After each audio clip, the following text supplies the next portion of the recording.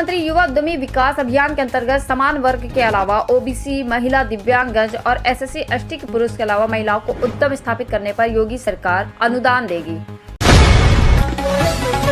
उत्तर प्रदेश के सुल्तानपुर जिले में संत 84 बाबा आश्रम की संपत्ति को हथियाने का आरोप भाजपा नेता पर लगा है। इसे लेकर बड़ी संख्या में ग्रामीणों ने कलेक्ट्रेट में प्रदर्शन किया है। ग्रामीणों ने ट्रस्ट को सरकारी नियंत्रण लेने की मांग की है। लखनऊ के सुशांत गोल्ड सिटी स्थित जीआरएस मेमोरियल स्कूल में वाहनों को आग लगाने के बाद पूर्व कर्मचारी ने फांसी लगाकर आत्महत्या कर ली। पूर्व कर्मचारी की पत्नी ने स्कूल प्रशासन पर प्रताड़ना का आरोप लगाया है। 15 अगस्त को स्वतंत्रता दिवस के मौके पर दिल्ली में उत्तर प्रदेश से जिन 8 लखपति दीदी को आमंत्रित किया गया है, इसमें अयोध्या के लखपति दीदी राधा लक्ष्मी भी शामिल है। दिल्ली में प्रधानमंत्री नरेंद्र मोदी के ध्वजारोहण कार्यक्रम में राधा को भी आमंत्रित किया गया है। मुख्यमंत्री योगी आदित्यनाथ ने बृहस्पतिवार को गोमती नगर विस्तार के सेक्टर 4 में वसंत खंड स्थित 300 बेड की सुपर स्पेशलिटी हॉस्पिटल व ट्रॉमा सेंटर का उद्घाटन किया। इस मौके पर उन्होंने कहा कि कार्य पवित्र हृदय से किया गया है। यह हॉस्पिटल उत्तम स्वास्थ्य सेवाओं के साथ ही रोजगार उपलब्ध कराने का माध्यम भी बनेगा। सरकार ने वक्फ संशोधन विधेयक 2024 को गुरुवार को लोकसभा में पेश कर दिया। केंद्रीय मंत्री किरेन रिजिजू ने इस संशोधन विधेयक को निम्न सदन में पेश किया। सदन में इस विधेयक का विरोध कांग्रेस सहित इंडिया ब्लॉक के दलों ने किया। इस बिल का विरोध करते हुए कांग्रेस ने कहा कि यह विधेयक मौलिक अधिकारों के खिलाफ है।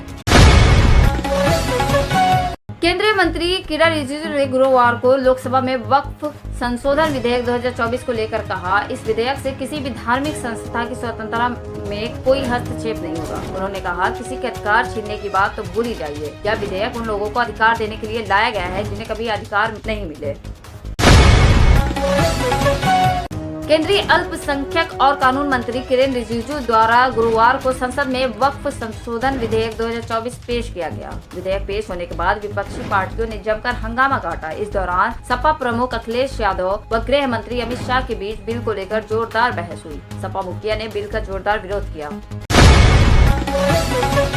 सपा प्रमुख अखिलेश यादव ने सरकार द्वारा वक्फ एक्ट में संशोधन के लिए बिल लाए जाने पर कहा, वक्फ बोर्ड का ये सब संशोधन बस एक बहाना है। रक्षा, रेल, न्यूजीलैंड की तरह जमीन बेचना निशाना है। उन्होंने आगे लिखा, इस बात की लिखकर गारंटी दी जाए कि वक्फ बोर्ड की जमीन बेची नहीं जाएगी। सपा के राष्ट्रीय महासचिव शिवपाल यादव ने अयोध्या गैंगरेप की घटना पर कहा है कि बीजेपी और उसके सहयोगी राजनीति कर रहे हैं। उन्होंने कहा कि इस जरिए अयोध्या में होने वाले उपचुनाव में फायदा लेना भी बीजेपी की मंशा हो सकती है।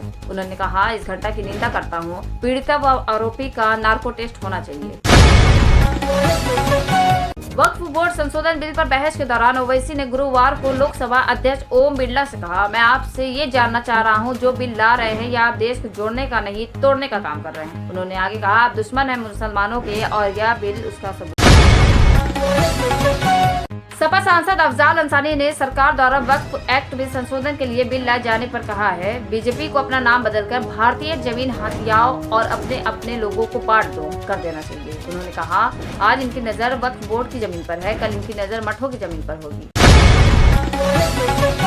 लखनऊ में मुख्यमंत्री योगी आदित्यनाथ के आवास के पास महिला को आत्मदाह के लिए उकसाने के आरोप में पुलिस ने उसके वकील को गिरफ्तार किया है। आरोपी वकील ने महिला को उसके ससुराल वालों के खिलाफ कार्रवाई दिलाने और सरकार से आर्थिक मदद दिलाने का लालच दिया था। डीसीपी सेंट्रल रवीना त्यागी के मुताबिक कॉल रिकॉर्डिंग से इसका पता चला।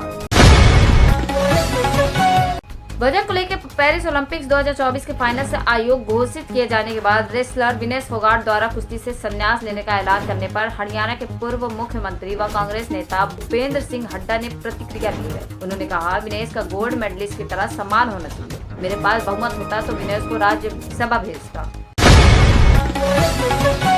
भारतीय महिला पहलवान विनेश फोगाट को पेरिस ओलंपिक्स में आयोग ठहराए जाने को लेकर गुरुवार को राज्यसभा में जबरदस्त हंगामा हुआ। विपक्ष ने फोगाट मामले पर बोलने की इजाजत मांगी तो टीएमसी सांसद डेरेक ओब्रायन ने चिल्लाना शुरू कर दिया। इस पर सभापति जगदीप धनखड़ ने कहा, अगली बार इस तरह की हिम्मत की तो सीधे यहाँ से बाहर कर दूंगा। रूस ने हाल ही में पाकिस्तान के साथ सैन्य अभ्यास किया था। मॉस्को और इस्लामाबाद पिछले कुछ दिनों में एक दूसरे के करीब भी आए हैं। इससे भारत की चिंता बढ़ गई है। वहीं रूस ने कहा कि भारत को चिंतित होने की जरूरत नहीं है, क्योंकि पाकिस्तान के साथ किया गया अभ्यास आतंकवाद रोधी ऑपरेशन का हिस्सा था। राज्यसभा के सभापति जगदीप धनखड़ ने विपक्षी सांसदों के व्यवहार को लेकर गुरुवार को कहा, रोजाना सदन में मेरा अपमान हो रहा है। आपकी हिम्मत कैसे हुई आसन पर चिल्लाने की। उन्होंने कहा, आप लोग क्या दिखाने की कोशिश कर रहे हैं कि मैं जिस पद पर हूं उसके लायक नहीं हूं। उसके बाद सभापति सदन छोड़कर चले गए। कांग्रेस के राज्यसभा सांसद अनिल कुमार यादव मंडाडी ने सदन में केंद्र सरकार से सशस्त्र बलों में अधिकारियों, जवानों और चिकित्सक अधिकारियों की कमी को लेकर आंकड़ा मांगा है। इस पर केंद्रीय रक्षा राज्य मंत्री संजय सेठ ने कहा, यह राष्ट्रीय सुरक्षा से संबंधित एक संवेदनशील मामला है। ऐसे आंकड़ों का खुलासा करना राष्ट्र हित में नहीं है। बांग्लादेश में जारी हिंसा के बीच सीडीएस अनिल चौहान ने कहा है कि पड़ोसी देशों में अस्थिरता चिंताजनक है। सीडीएस ने गुरुवार को दिल्ली में आयोजित एक सम्मेलन में कहा, इस समय भारत की सरहदें ज्वलंत हालत में है। उन्होंने कहा कि देश पाकिस्तान के साथ छुपा युद्ध में व चीन के साथ पहले से गतिरोध चल रहा है।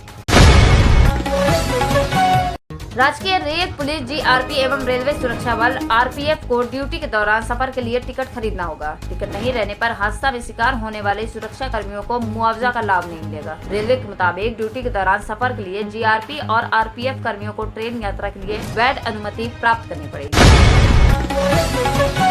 बांग्लादेश का असर अब पाकिस्तान में भी देखने को मिल रहा है। पाकिस्तान को छोड़कर 21 हिंदू अटारी बॉर्डर से भारत आए हैं। उनके चेहरे पर सिकन और तनाव साफ दिखाई दे रहा है। डरे और सहमे वो बोल रहे हैं कि अब कभी पाकिस्तान वापस नहीं जाएंगे। ये हिंदू अटारी बॉर्डर से जोधपुर के लिए रवाना होंगे।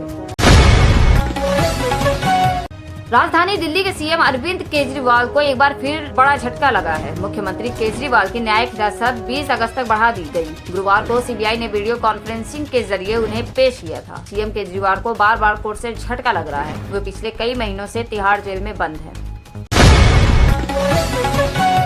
आप सांसद स्वाति मालीवाल ने बुधवार को राज्यसभा में निजी स्कूलों की महंगी फीस का मुद्दा उठाया। उन्होंने कहा, अधिकतर निजी स्कूल मुनाफाखोरी का अड्डा बन गए। स्कूलों ने दुकानें खोल ली हैं और वहां अभिभावकों को कॉपी, किताबें और ड्रेस ऊंचे दामों पर खरीदने के लिए मजबूर कर रहे हैं। बच्चे इनके लिए एटीएम बन गए हैं।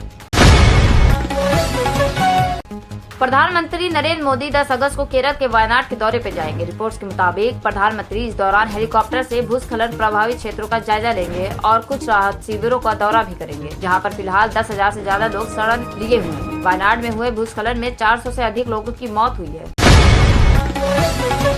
हॉकी में भारत ने ब्रॉन्ज मेडल जीत लिया है। भारतीय टीम ने स्पेन को 2-1 से हराकर यह मेडल अपने नाम किया। भारत की तरफ से दोनों गोल कप्तान हरमनप्रीत सिंह ने दागे। 50 साल बाद भारत ने back to back Olympic medal जीता। इससे पहले टोक्यो ओलंपिक में भी भारत ने ब्रॉन्ज मेडल जीता था।